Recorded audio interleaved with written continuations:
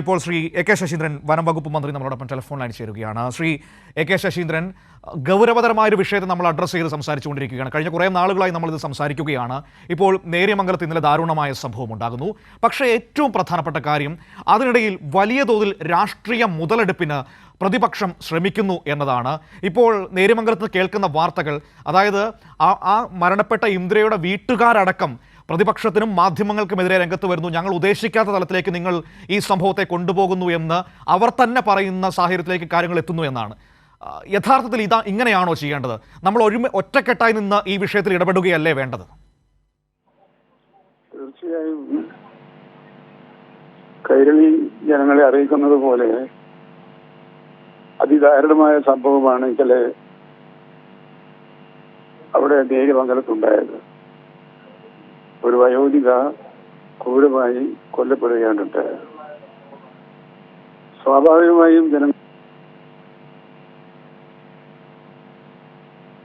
Minister, എന്നാൽ അത്തരത്തിലുള്ള ഒരു നടപടി പല സ്ഥലത്തും നമ്മൾ കണ്ടിട്ടുണ്ട്. അതിനെയൊന്നും ആരും അപലപിച്ചിട്ടില്ല. എന്നാൽ ഈ കാര്യത്തിൽ രണ്ട് ജനപ്രതിനിധികളാണ് മോർച്ചറിയിൽ കയറി ആ മൃതദേഹം എടുത്തുകൊണ്ടു പോകുന്നത്. മോർച്ചറിയിൽ ഇൻക്വസ്റ്റ് നടത്താനും പോസ്റ്റ്മോർട്ടം നടത്താനുമാണ് പോലീസ് അവിടെ മൃതദേഹം എത്തിച്ചിട്ടുള്ളത്. ആ നടപടികൾ പൂർത്തിയാക്കാൻ അനുവദിക്കുകയാണ് വേണ്ടത്. മൃതദേഹമില്ലാതെ തന്നെ പ്രതിഷേധം നടത്താനുള്ള എല്ലാ സാഹചര്യവും ഉണ്ടല്ലോ.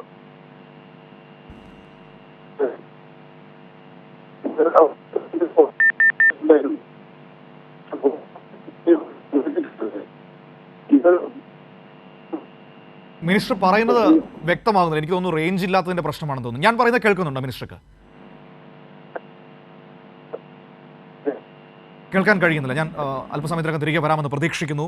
വനമന്ത്രി എ കെ ശശീന്ദ്രനാണ് നമ്മളോട് സംസാരിച്ചത്. അദ്ദേഹം പറയുന്നത് ഇത് ഗൗരവതരമായ വിഷയം തന്നെയാണ്.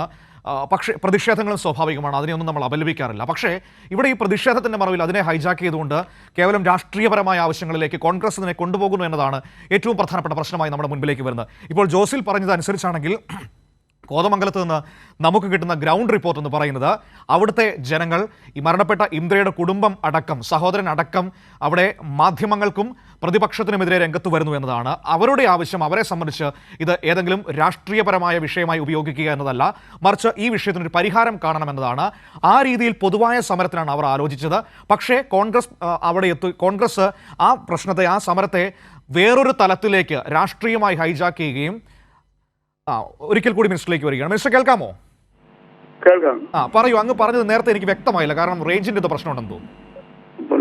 അതിദാരുണമായ ഒരു സംഭവമാണ് അവിടെ ഉണ്ടായിട്ടുള്ളത്.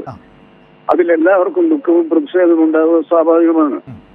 അത്തരത്തിലുള്ള സ്വാഭാവികമായ പ്രതികരണം മറ്റു പല സ്ഥലത്തും ഉണ്ടായപ്പോൾ ഞങ്ങൾ ആരും അതിനെ രാഷ്ട്രീയവൽക്കരിക്കുകയോ അങ്ങനെ ഒരു ആരോപണം ഉന്നയിക്കുകയോ അത്തരത്തിലുള്ള നടപടികൾ സ്വീകരിക്കുകയോ ചെയ്തില്ല. എന്നാൽ രണ്ട് ജനപ്രതിനിധികൾ മോർച്ചറിക്കകത്ത് കയറി ചെന്ന് മൃതദേഹത്തെ ബലമായി എടുത്തുകൊണ്ടുപോയി പ്രദർശനത്തിന് വെക്കുന്ന വിധത്തിൽ രാഷ്ട്രീയ ആവശ്യത്തിന് വേണ്ടി ഉപയോഗിക്കുന്ന തലത്തിലേക്ക് അത് വളർന്നതുകൊണ്ടാണ് അതിനെ രാഷ്ട്രീയ പ്രേരിതമെന്ന് പറയാനിടയായത്.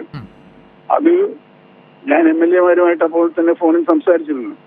അവരോട് പരിഹാരമാർഗ്ഗങ്ങൾ ഞാൻ പറയുകയും അത്രയും ആയാലും അവർ തൃപ്തരാണെന്ന് പറയുകയും ചെയ്തതാണ്. പക്ഷെ പിന്നീട് അവർ ആ വാഗ്ദാനത്തിൽ നിന്ന് പിന്നോട്ട് പോയി ആ സമരം ഏറ്റെടുക്കുകയുണ്ട്. ഞാൻ അവരോട് സംസാരിച്ചതാണ്. മാത്യു കുഴനാടനോടും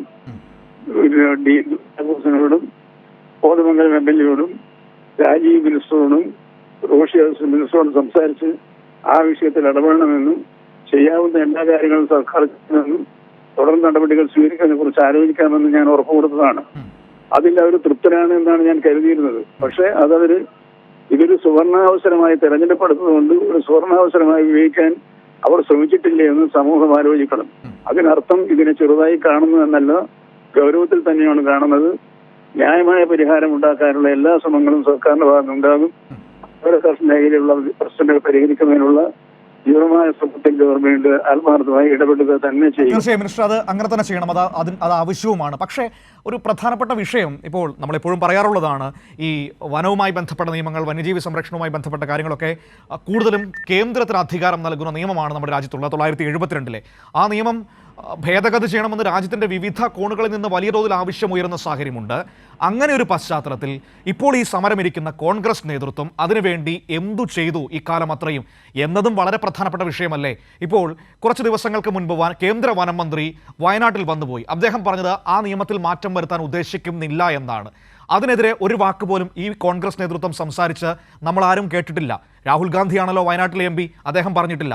ഇവിടെ ഡീൻ കുര്യാക്കോസ് കോൺഗ്രസിൻ്റെ എം പിയാണ് ഇടുക്കിയിൽ, അദ്ദേഹവും പാർലമെന്റിൽ പറഞ്ഞതായി നമ്മൾ കേട്ടിട്ടില്ല.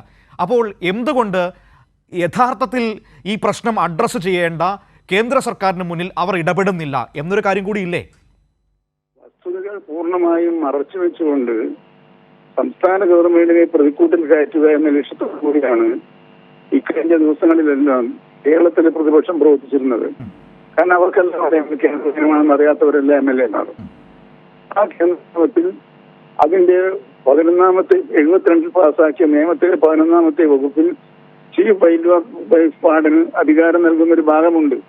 പക്ഷേ അതിന്റെ ചട്ടങ്ങൾ വന്നപ്പോൾ നടപടിക്രമങ്ങൾ പാലിക്കുന്നതിൽ ഒരു 50 നിബന്ധനകളാണ് വെച്ചിട്ടുള്ളത്. ആ നിബന്ധനകൾ പാലിച്ചുകൊണ്ട് ആ നിയമം നടപ്പിലാക്കാൻ സാധിക്കില്ല. ഒരു പുതിയ തേങ്ങ പോലെയുള്ള ഒരു നിയമ അധികാരമാണ് ദൗർഭാഗ്യവശാൽ ചീഫ് വൈൽഡ് വാർഡ് നൽകിയിട്ടുള്ളത്. അതറിയുന്നവരാണ് അവരെല്ലാം. പക്ഷേ ഇതിനിടയിൽ പൂനെയിൽ ഒരു നരഭോജി കടുവയെ വെടിവെച്ച് കൊന്ന ഒരു വൈൽഡ് ലൈഫ് വാർഡിന് കോടതി ശിക്ഷ വിധിക്കുന്ന സാഹചര്യം വരെ ഉണ്ടായത് നമ്മുടെ മുൻപിലുണ്ട്. അതെ. അപ്പോൾ ഇത് എനിക്കിപ്പോൾ അഭ്യർത്ഥിക്കാനുള്ളത് ഇതിനെ രാഷ്ട്രീയവൽക്കരിച്ച് യഥാർത്ഥ പ്രശ്നം നമുക്ക് പ്രശ്നങ്ങൾ പരിഹരിക്കുക എന്നുള്ളതാണ്, ഈ അതിക്രമം പരിഹരിക്കുക എന്നുള്ളതാണ്. ആ പരിഹരിക്കുന്നതിലേക്ക് യോജിച്ചൊരു അഭിപ്രായം എത്താനുള്ള സാഹചര്യം സൃഷ്ടിക്കുന്നതിന് പകരം പ്രതിഷേധ സമരങ്ങളുമായി പോകുന്നത് പ്രശ്നത്തിന്റെ ഗൗരവത്തെ ലഘൂകരിക്കാൻ മാത്രമേ സഹായമാകുള്ളൂ. അത് ഗൗരവമുള്ള ഒരു വിഷയമായി തന്നെയാണ് ഗവൺമെന്റ് കാണുന്നത്. ബഹുമാനപ്പെട്ട മുഖ്യമന്ത്രിയുടെ ശ്രദ്ധയിൽ ഞാൻ ഈ കാര്യം പെടുത്തിയിട്ടുണ്ട്.